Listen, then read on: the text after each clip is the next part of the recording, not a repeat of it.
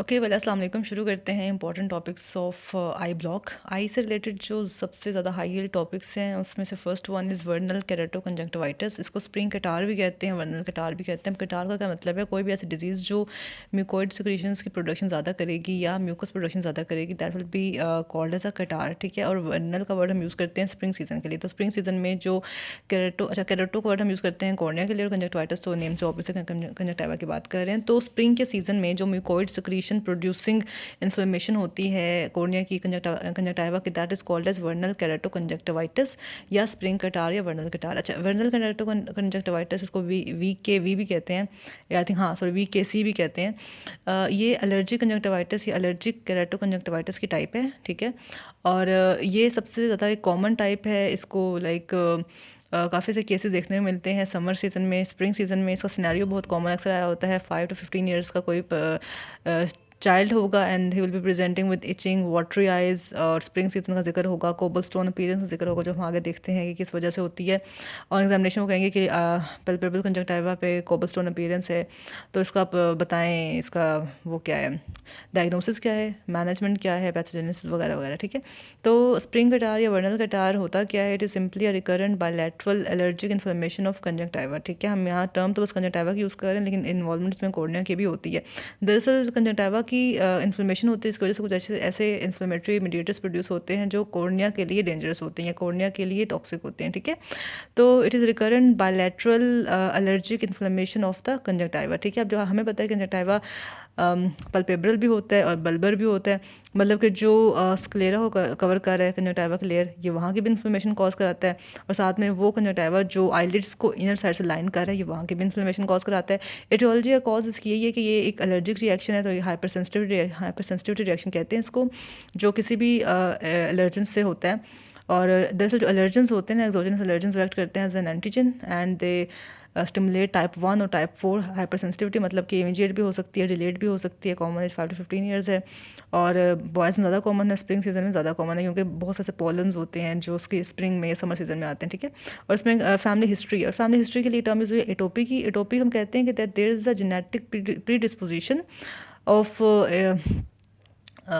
acquiring a hypersensitivity reaction upon exposure to specific environmental antigen। हमें पता है कि अब हम सभी एक्सपोज होते हैं ना किसी न किसी एंटीजन से, बट हम सब में हाइपर सेंसिटिविटी रिएक्शन नहीं होता, which means that some individuals are more susceptible, some individuals are more prone to development of this allergic reaction. तो एटोपी टर्म ही, अच्छा, एटोपी जस्ट केराटोकंजक्टिवाइटिस का नहीं, एटोपी हम किसी भी एलर्जिक रिएक्शन का यूज़ करते हैं, that there is a genetically determined predisposition to hypersensitivity reaction upon exposure. अच्छा, कभी स्पूकी सा बन गया, एनीवे, सॉरी लाइट चली गई थी। अच्छा, हम पढ़ रहे थे कि atopy is a generalised predetermined susceptibility to acquiring hypersensitivity reaction upon exposure, ठीक है। और ये इसकी और ये जस्ट एक जेनेटिक इसकी डिटर्मिनेशन होती है, ठीक है। अच्छा, पैथोजेनेसिस क्या है? ये कॉज कैसे हो रहा है एलर्जन के बाद, किस तरह से ऐसे मीडिएटर्स प्रोड्यूस हो रहे हैं जिसकी वजह से ये इन्फ्लेमेटरी रिस्पॉन्स आ रहा है। तो हम ये देखते हैं कि जब एक्सोजेनस एलर्जेंस आता है बॉडी में, वो एक्ट करता है एज एन एंटीजन। एंटीजन की वजह से इंड्यूस होती है formation of immunoglobulins, IgE antibodies.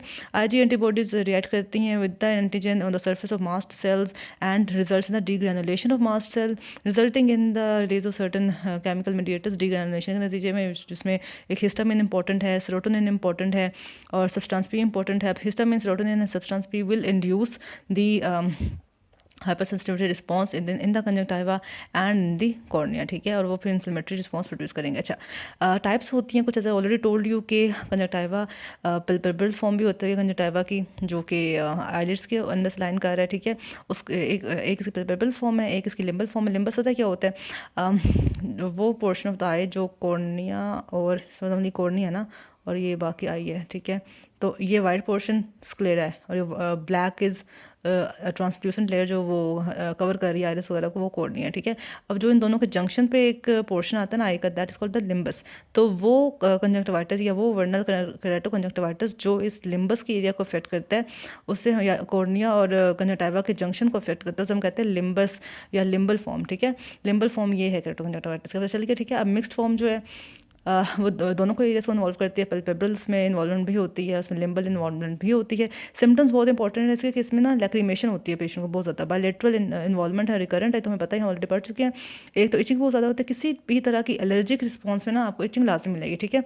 Etching होती है और लैक्रिमेशन होती है, फोटोफोबिया, आंखों में रोशनी चुभना, बर्निंग, फॉरेन बॉडी सेंसेशन और इंक्रीज ब्लिंकिंग। ठीक है, तो इचिंग और lacrimation, foreign body sensation, burning and increase blinking, ये तो हमने देखे सिम्टम्स जो जिससे पेशेंट प्रेजेंट करेगा। ऑन एग्जामिनेशन हमें साइंस क्या क्या मिल सकते हैं, तो वो हम देखते हैं based upon the type of keratoconjunctivitis. As already told you कि इसकी पल्पेबल फॉर्म भी है, इसकी लिम्बल फॉर्म भी है, इसकी मिक्स्ड फॉर्म भी, तीनों की ना प्रेजेंटेशन थोड़ी सी डिफरेंट होती है। ठीक है, अच्छा, जो इसकी पल्पेबल फॉर्म है इसमें हमें ना एक तो ये कि जो इसमें जो आईलिड्स होते हैं ना उनके अंदर जो कंजक्टिवा होता है वो अफेक्टेड होता है, तो वहाँ पे हमें क्या क्या चेंजेस मिल सकते हैं, तो ये है कि वहाँ का हाइपरीमिया हुआ होगा कंजक्टिवा का।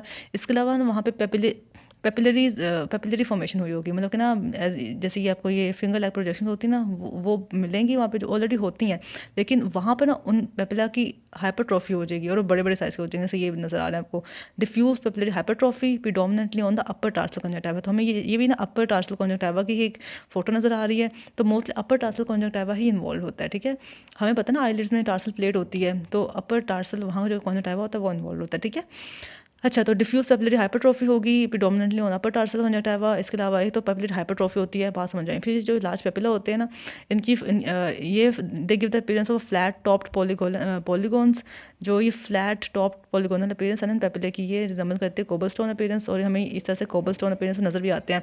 तो आपने इस इमेज को भी याद रखना है, अगर ये कोबलस्टोन अपीयरेंस आपको नज़र आती है ना ऑस्ट्री में, तो ये क्या है, वर्नल केराटोकंजक्टिवाइटिस और उसकी पल्पेब्रल फॉर्म है। ठीक है, अच्छा, इसके अलावा एक तो लार्ज पेपिला है, इसके अलावा कुछ पेपिला बिल्कुल जॉइंट साइज़ के हो जाते हैं, जैसे आपको ये नज़र आ रहे हैं बिल्कुल जॉइंट पेपिला। देखो ये तो कोबलस्टोन अपीयरेंस है, बात समझ में आती है, ये क्या है, this is a joint papilla. ठीक है, ओके, लाइट भी आगे से बंद कर देती हूँ। ठीक है, अच्छा, this is a joint papilla. ठीक है, और ये कोबलस्टोन अपीयरेंस है। जॉइंट पेपिला भी हमें तब नजर आते हैं जब सीवियर केस होता है केराटोकंजक्टिवाइटिस का, when the papilla they undergo, ये तो पेपिलरी से पेपिला बने, फिर पेपिला से जॉइंट पेपिला बन गए, they undergo hypertrophy to produce cauliflower like excrescences, ये कॉलीफ्लावर लाइक एक्सक्रीशंस। ठीक है, तो ये हमने देख लिया। अब ये सर हम पेपिब्रल फॉर्म में पढ़ रहे हैं। ठीक है, अच्छा, इसके अलावा और क्या हमें मिलता है पेपिब्रल फॉर्म में, इसके अलावा पेपिलरी हाइपरट्रॉफी के अलावा हमें वहाँ पे एक्सुडेट भी मिलता है, जो मोस्टली म्यूकोइड और स्टिकी होता है। ऐसे ऑलरेडी टोल्ड यू कि ये कटार का मतलब ही म्यूकोइड है। ठीक है, तो हमें म्यूकोइडिया स्टिकी एक्सुडेट मिलेगा, जो कि रोपी स्क्रीशन से, धागे से नहीं आ रहा है, उसकी ऐसी अपीयरेंस होगी, तो रोपी स्क्रीशन होगी, कैरेक्टरिस्टिक है वर्नल कटार का। तो एक तो ये आपको ना लैक्रिमेशन तो मिलेगी, साथ में आपको म्यूकोइडिया स्टिकी स्क्रीशन मिलेगी। इसमें टोसिस इसलिए मिलती है क्योंकि अपर आईलिड में मैस पड़ा हुआ है बिल्कुल इस तरह का, तो टोसिस तो फिर होगी ना। जो लिम्बल फॉर्म है, ऑलरेडी टोल्ड यू कि जो कॉर्निया और कंजक्टिवा के दरमियान का एक पोर्शन दैट इज लिम्बस, अगर उसकी इन्वॉल्वमेंट होगी और वहाँ पे केराटोकंजक्टिवाइटिस होगा, that is a limbal form of keratoconjunctivitis. इसमें भी हमें इस लिम्बस एरिया का क्या मिलेगा, हाइपरेमिया मिलेगा, एडिमा मिलेगा, और उसमें तो मतलब प्रॉपर पेपिलरी हाइपरट्रॉफी हुई थी ना, यहाँ पे जिलेटिनस पेपिला बन रहे हैं, वहाँ पे तो उसकी एपिथेलियल लेयर के पेपिला बन रहे थे, यहाँ पे खाली जेल लाइक पेपिला बन रहे हैं। ठीक है, जिसको हम कहते हैं gelatinous papilla on the limbal conjunctiva, वो यहाँ पे नजर भी आ रहा है, देखें जेल सी पड़ी हुई है। ठीक है, और इसके अलावा एक कैरेक्टरिस्टिक है वर्नल केराटोकंजक्टिवाइटिस का, that is called as Trantas dots. Trantas dots क्या होते हैं, these are the discrete white superficial spots composed predominantly of eosinophils which may be found scattered on the limbus at the apices of papilla। यहाँ पे जो papilla बने ना, ये gelatinous papilla, इसके ऊपर ना वाइट वाइट से स्पॉट्स होते हैं, यहाँ पे नजर नहीं आ रहे, वो होते हैं टेंटास डॉट्स, तो वो भी हमें मिल सकते हैं। ठीक है, सो ट्रेंटास डॉट्स, माय बैड। तो ये हमने लिम्बल फॉर्म भी देख लिया, और लिम्बल फॉर्म भी देख लिया, और पल्पेब्रल फॉर्म भी देख ली, और हमने ये जॉइंट पेपिला भी देख लिया। अब बात करते हैं मिक्स्ड फॉर्म की, जिसमें दोनों की पल्पेब्रल फॉर्म की भी प्रेजेंस है, लिम्बल फॉर्म की प्रेजेंस है। तो कॉर्नियल चेंजेस, अब ये ना हमें कॉर्नियल, हम इसको केराटोकंजक्टिवाइटिस क्यों कह रहे हैं, हो तो कंजक्टिवाइटिस है ना, इन्फ्लेमेशन तो बस कंजक्टिवा की हो, तो हम केराटो का वर्ड क्यों यूज़ करें, हम कॉर्निया को क्यों इन्वॉल्व करें, क्योंकि यहाँ पे लिखा भी हुआ है कि कहाँ लिखा है, अच्छा यहाँ पे शायद नहीं लिखा हुआ, but I read it here, शायद आगे लिखा हो कि ये जो इन्फ्लेमेशन हुई है कंजक्टिवा की, यहाँ से बनते हैं इन्फ्लेमेटरी मीडिएटर्स जो कि इरोजन कराते हैं, जो कि डैमेज कराते हैं कॉर्निया का, और इसलिए इसको वर्नल केराटोकंजक्टिवाइटिस कहते हैं। ठीक है, तो हम कहते हैं कि जो केराटोपैथी है या कॉर्नियल चेंजेस हैं वो मोर फ्रिक्वेंट है पल्पेब्रल फॉर्म के साथ as compare to limbal form.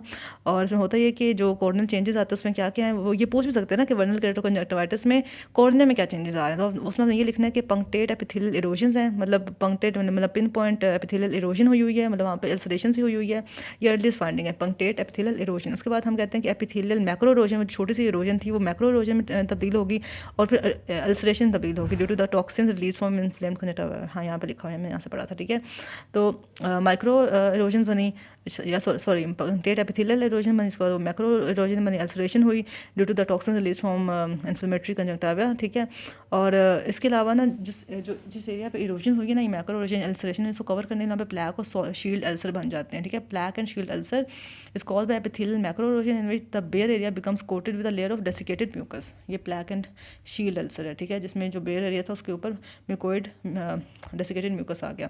अच्छा, फिर सब एपिथेलियल स्कारिंग भी होती है in the form of rings. यहाँ पे हमें सब एपिथेलियल, क्यों हमें पता ना कि कॉर्निक पोर्शन एपिथेलियम से बना हुआ है ना, तो हमें सब एपिथेलियल स्कारिंग मिलती है इस पोर्शन में, जो कि रिंग्स की फॉर्म में बन जाती है, ठीक है। इसके अलावा पेरिफेरल सुपरफिशियल वास्कुलराइजेशन भी होती है, क्योंकि जिस एरिया में एक्टिव इन्फ्लेमेशन चल रही है या क्रोनिक इन्फ्लेमेशन चल रही है, वहाँ पे क्या होगी, पेरिफेरल सुपरफिशियल वास्कुलराइजेशन। अच्छा, केराटोकोनस भी important. Keratoconus is a cone shaped enlargement या बल्जिंग ऑफ कॉर्निया, तो वो भी हमें मिल सकता है इन केराटोकंजक्टिवाइटिस। तो ये हमने उसके कॉर्नियल चेंजेस देख लिए, ठीक है। एक बार इसको रिवाइज कर लेते हैं। ये टियोलॉजी यही है कि एलर्जी है, टाइप 1 टाइप और हाइपरसेंसिटिविटी रिएक्शन है। इसमें कुछ वो है एलर्जी के मीडिएटर्स इन्वॉल्व हैं, पेब्रल फॉर्म है, लिम्बल फॉर्म है, मिक्स्ड फॉर्म है, तीनों के हमने देख लिया। इसकी जो क्लासिकल प्रेजेंटेशन होती है, आइडेंटिफाई करना आना चाहिए आपको किसी भी क्लिनिकल सिनेरियो में आता तो ये लिम्बल केराटोकंजक्टिवाइटिस है, ये वो है पेब्रल फॉर्म। और कोबलस्टोन अपीयरेंस याद रखनी है, पेपिलरी हाइपरट्रोफी याद रखनी है, जॉइंट पेपिला बन जाते हैं, ये याद रखना है। और लिम्बल फॉर्म में याद रखना है कि जिलेटिनस पेपिले बनते हैं और ट्रेंटस डॉट्स की प्रेजेंस होती है। और मिक्स्ड फॉर्म में केराटोपैथी देख लीजिएगा एक बार कि वो मोस्टली इसमें होती है पेपिल फॉर्म में। और पंक्टेट एपिथेलियल इरोजन है, एपिथेलियल मैक्रो इरोजन, अल्सरेशन है, प्लैक एंड शील्ड अल्सर बन रहे हैं, ठीक है। और सब एपिथेलियल स्कारिंग भी हो रही है रिंग फॉर्म में, पेरिफेरल सुपरफिशियल वास्कुलराइजेशन भी हो रही है, और साथ में केराटोकोनस भी कॉमन है।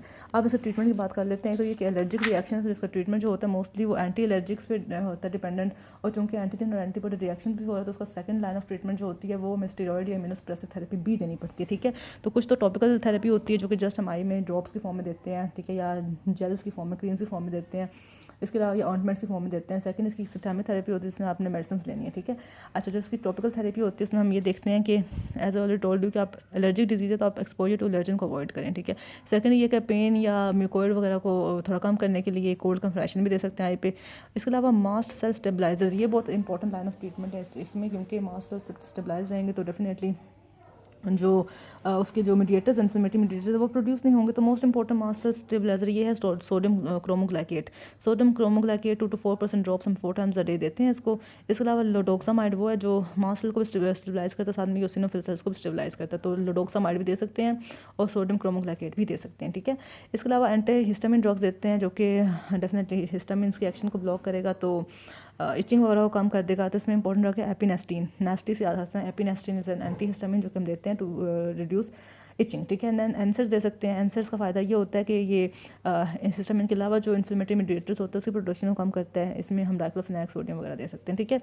इसके अलावा ये रहने दें, टॉपिकल स्टेरॉइड्स भी देते हैं। वो हम तब देते हैं जब यूजली हम अवॉइड करते हैं, क्योंकि स्टेरॉइड्स की ना काफ़ी टॉक्सिसिटी होती है, इसकी वजह से ग्लोकोमा और कैटरेक्ट की फॉर्मेशन होती है। तो हम इनको बहुत सीवियर केसेस में रिजर्व किया होता है। ये टॉपिकल स्टेरॉइड्स क्या करते हैं, ये इम्यूनोसप्रेसिव है ना, तो एंटीजन एंटीबॉडी रिएक्शन को प्रिवेंट करते हैं, ठीक है। और इसमें मोस्टली हम देते हैं प्रेडनिसोलोन और फ्लोरोमेथोलोन, ठीक है। ये टॉपिकल स्टेरॉइड प्रेडनिसोलोन और फ्लोरोमेथोलोन।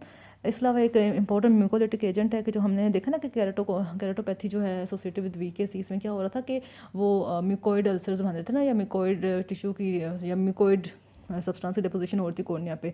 तो उसको अवॉइड करने के लिए हम कुछ म्यूकोलिटिक्स देते हैं, इसमें होता है एसिटाइलसिस्टीन, ठीक है। अर्ली प्लैक फॉर्मेशन को इनहिबिट करता है, ठीक है, प्लैक अल्सर्स को इनहिबिट करता है फॉर्मेशन को। इसके अलावा टॉपिकल साइक्लोस्पोरिन भी नहीं पड़ सकती अगर स्टेरॉइड थेरेपी से रेजिस्टेंस डेवलप हो जाए, और साइक्लोस्पोरिन भी एक इम्यूनोसप्रेसिव ड्रग है, ठीक है। तो ये हमने 4-5 ड्रग्स देखी हैं जो इसकी हम ट्रीटमेंट देते हैं। ये टॉपिकल ड्रग्स हैं। मोस्टली यही है कि आप एलर्जन को अवॉइड करें, कोल्ड कंप्रेसिव्स हैं, मास्ट स्टेबलाइजर्स हैं, जिसमें हमारे पास आता है सोडियम क्रोमोग्लाइकेट और साथ में आता है लोडोक्सामाइड। लोडोक्सामाइड ज़्यादा अच्छी है। एंटी हिस्टामिन ड्रग्स में आती हैं एपिनेस्टीन, एंसर्स दे सकते हैं, टॉपिकल स्टेरॉइड्स दे सकते हैं, स्टाइलसिस्टीन जो कि म्यूकोलिटिक है, टॉपिकल साइक्लोस्पोरिन भी दे सकते हैं। इसके अलावा हम एक बात करते हैं कि सुप्रा टार्सल डायरेक्ट इंजेक्शन लगता है स्टेरॉइड्स का passing through the conjunctiva into the tarsal plate. ये भी अगेन रेजिस्टेंट फॉर्म्स के लिए है और नॉन कंप्लाइंट केसेस के लिए है सुप्राटार्सल इंजेक्शन ऑफ स्टेरॉइड। और इसमें हम मोस्टली डेक्सामेथासोन दे रहे होते हैं और ट्राइमसिनोलोन दे रहे होते हैं। जो टॉपिकल ड्रग थी उसमें हमने प्रेडनिसोलोन देखी थी, फ्लोरोमेथोलोन देखी थी, जो कि इंजेक्शन में देते हैं, उसमें आती है डेक्सामेथासोन और ट्राइमसिनोलोन। सिस्टेमिक थेरेपी भी देनी पड़ सकती है अगर सिम्टम्स सीवियर हों। उस केसेस में हम इम्यूनोसप्रेसिव एजेंट्स देते हैं लाइक स्टेरॉइड्स एंड एजाथियोप्रिन, और ओरल एंटी हिस्टामिन ड्रग्स भी दे सकते हैं टू रिड्यूस इचिंग। तो that is all about the topic of वीकेसी और वर्नल केराटोकंजक्टिवाइटिस।